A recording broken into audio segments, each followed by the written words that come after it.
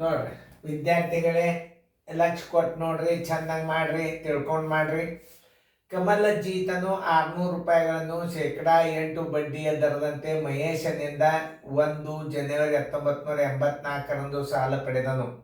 ಅವನು 26 ಮೇ 1984ರಂದು ಹಣವನ್ನು ಹಿಂತಿರುಗಿಸಿದರೆ ಕಮಲಜ್ಜೀತ ಮಹೇಶನಿಗೆ ಹಿಂತಿರುಗಿಸಿದ ಹಣ ಎಷ್ಟು?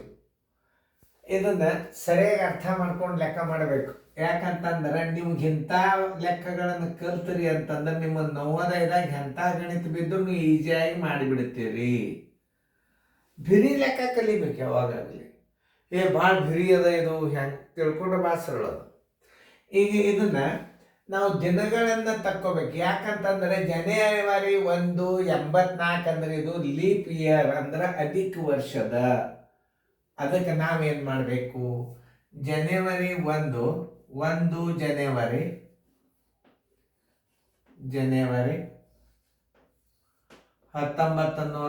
1984ಕ್ಕೆ ಎಷ್ಟು ದಿವಸ ಅದು? ಜನವರಿ 31. ಇಲ್ಲೇ ಫೆಬ್ರವರಿ ದಿವಸ ಎಷ್ಟಾಗ್ತಾವ ಅದನ್ನು ತಿಳ್ಕೊಬೇಕು. ಯಾವುದೇ ಒಂದು ನೀವು ತಿಳ್ಕೊಬೇಕಾದ್ರೆ ಜನವರಿ 1ರಿಂದ 31 ದಿವಸ ಆಯ್ತು. ಫೆಬ್ರವರಿಗೆ ಎಷ್ಟು ದಿವಸ ಇರ್ತಾವ ಅದನ್ನು ತಿಳ್ಕೊಬೇಕು. ಫೆಬ್ರವರಿ 29 ದಿವಸ ಹಚ್ಕೋಬೇಕು ನೀವು. ಯಾಕಂದ್ರೆ ಲೀಪ್ ಇಯರ್ ಅಂದ್ರೆ ಅಧಿಕ ವರ್ಷದ ಅಂತಂದ್ರೆ ಏನು ಮಾಡಬೇಕು? 29 ಹಚ್ಕೋಬೇಕು. ಅಧಿಕ ವರ್ಷ ನೋಡ್ರಿ, ಇಂಥ ಗಣಿತಗಳು ಬೀಳ್ತಿರ್ತಾವ ನೋಡ್ರಿ. ಅಧಿಕ ವರ್ಷ 29. ಮಾರ್ಚ್ಗೆ ದಿವಸ ಎಷ್ಟಿರ್ತಾವ? ಜನವರಿ, ಮಾರ್ಚ್ 31 ನೋಡ್ರಿ. ಮಾರ್ಚ್ ನೀವೇನು ಹಚ್ಕೋತೀರಿ ನೋಡ್ರಿ, ಮಾರ್ಚ್ 31 ಬರ್ತದೆ. ಯಾಕಂದ್ರೆ 31 30 31 ಹೆಂಗೆ ನೆನ್ಪಿಟ್ಕೋಬೇಕು. ಮಾರ್ಚ್ ಆದಿಂದ ಏಪ್ರಿಲ್ 30.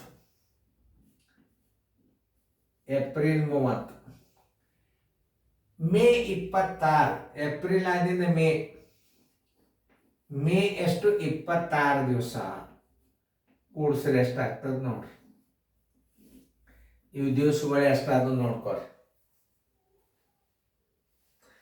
26 ಅಂದ್ರೆ 26 ದಿವಸ ಕೊಡ್ತಾನ ಅಂತಂದ್ರೆ ಅವತ್ತು ಅವ್ನು ಪೇಡ್ ಮಾಡ್ತಾನಂದ್ರೆ ಅವತ್ತಿನ ದಿವಸ ಒಂದು ದಿವಸ ಬಿಡ್ಬೇಕು ನೀವು. ಅದು ನನಗೊಂದು ಸ್ವಲ್ಪ ತೈಲಾಗ ಬಂತು.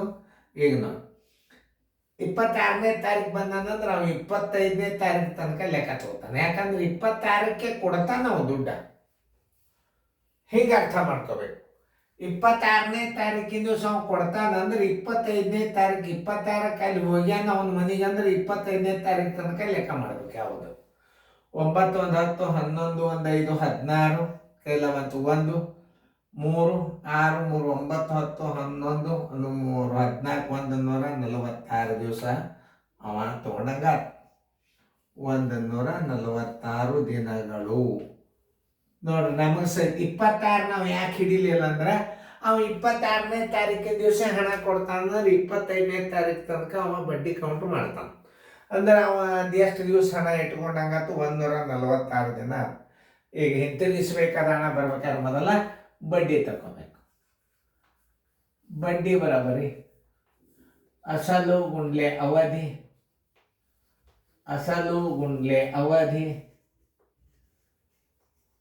ಗುಂಡ್ಲೆ ದರ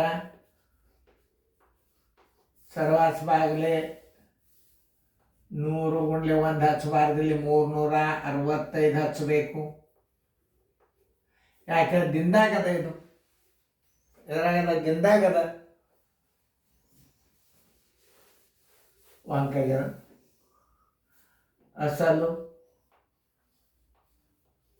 ಅಸಲು ಗುಂಡ್ಲೆ ಅವಧಿ ಗುಂಡ್ಲೆ ದರ ಸರ್ವಾಸ್ ಬಾಗ್ಲೆ 100 ಗುಂಡ್ಲೆ 365 ದಿವಸ ಹಚ್ಬೇಕು. ಯಾಕೆ? ಅಲ್ಲಿ ದಿನದಾಗ ಬಂದದ. ಈಗ ಅಸಲು ಎಷ್ಟದ ನೋಡ್ರಿ? 600 ರೂಪಾಯಿ ಅದ. ಅವಧಿ 146 ದಿನ ಅದ.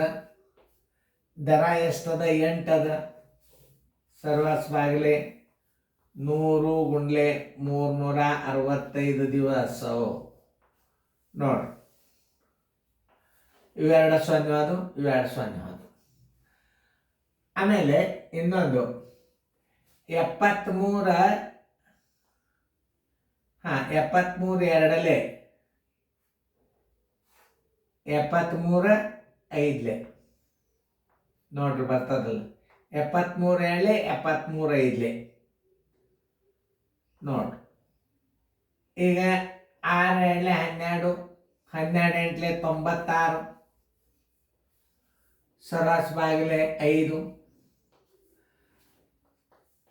18 5 90, 18 6 5 ಒಂದಲೆ 5, 5 9 45, 5 9 45, 5 ಒಂದಲೆ 5, 5 9 45, ಒಂದು ಉಳಿತು. 5 19 ರೂಪಾಯಿ 20 ಪೈಸೆ ಬಡ್ಡಿ.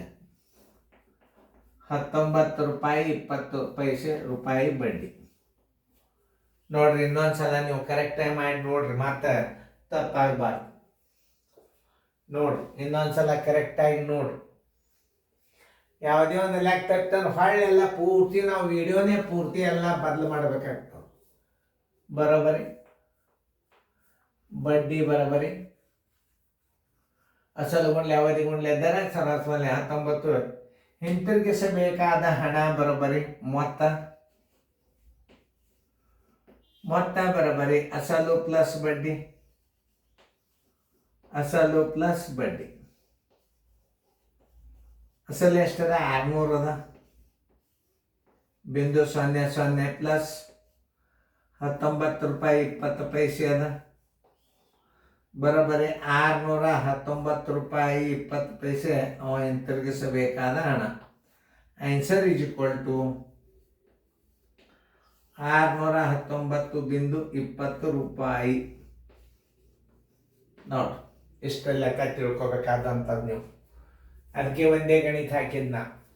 ದೊಡ್ಡ ಗಣಿತ ಇರ್ತಾವ, ಚಂದಂಗೆ ತಿಳ್ಕೊಳ್ಳೋದಿರ್ತದ, ಗಡಿಬಿಡಿ ಮಾಡಂಗಿಲ್ಲ. ದಿವ್ಸ ಹಿಡಿಯುವಾಗ ಲೆಕ್ಕ ಹೇಳ್ತಾನೆ. ಪ್ರಾರಂಭದ ದಿವ್ಸ ಹಿಡಿಬೇಕು ನೀವು.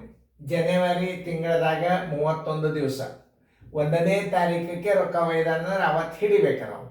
1ನೇ ತಾರೀಕದಿಂದ 84ಕ್ಕೆ 31 ದಿವಸ. ಫೆಬ್ರವರಿ ಲೀಪ್ ವರ್ಷದ 29 ಇಡ್ರಿ, ಮಾರ್ಚ್ 31 ಇಡ್ರಿ, ಏಪ್ರಿಲ್ 30 ಇಡ್ರಿ, ಮೇ 1 ದಿವಸ ಕಡಿಮೆ ಮಾಡ್ಕೋಬೇಕು. ಯಾಕೆ 26ಕ್ಕೆ ಕೊಡ್ತಾನಂದ್ರೆ ಎವರೇಜಾಗಿ 25ನೇ ತಾರೀಕು ತನಕ ಬಿಲ್ ಮಾಡಿರ್ತಾರೆ. 146 ದಿನಗಳು. ಅದು ಬಡ್ಡಿ ಬರೋಬರಿ. ಅಸಲು ಗುಂಡ್ಲೆ ಅವಧಿ ಗುಂಡ್ಲೆ ದರ ಸರಾಸರಿ ಮೇಲೆ 100 ಗುಂಡ್ಲೆ 365 ಹಚ್ಬೇಕು. ಯಾಕೆ? ದಿವಸದಾಗ ಲೆಕ್ಕದ. ಅದಕ್ಕೆ ಅಸಲು ಗುಂಡ್ಲೆ ಅವಧಿ ಬರೋಬರಿ ಎಷ್ಟು ಬಂತು? 96 ಡಿವೈಡೆಡ್ 5 ಈಸ್ ಈಕ್ವಲ್ ಟು, ಅದನ್ನು ಪೈಸೆದಾಗ ಮಾಡಿದರೆ ಎಷ್ಟು ಬರ್ತದೆ? 19 ರೂಪಾಯಿ 50 ಪೈಸೆ ಬಂತು ಬಡ್ಡಿ. ಇದು ಸರಳ ಬಡ್ಡಿದು. ಬಡ್ಡಿ ಬರೋಬರಿ ಎಷ್ಟು? 19 ರೂಪಾಯಿ 20 ಪೈಸೆ ಆಯ್ತು.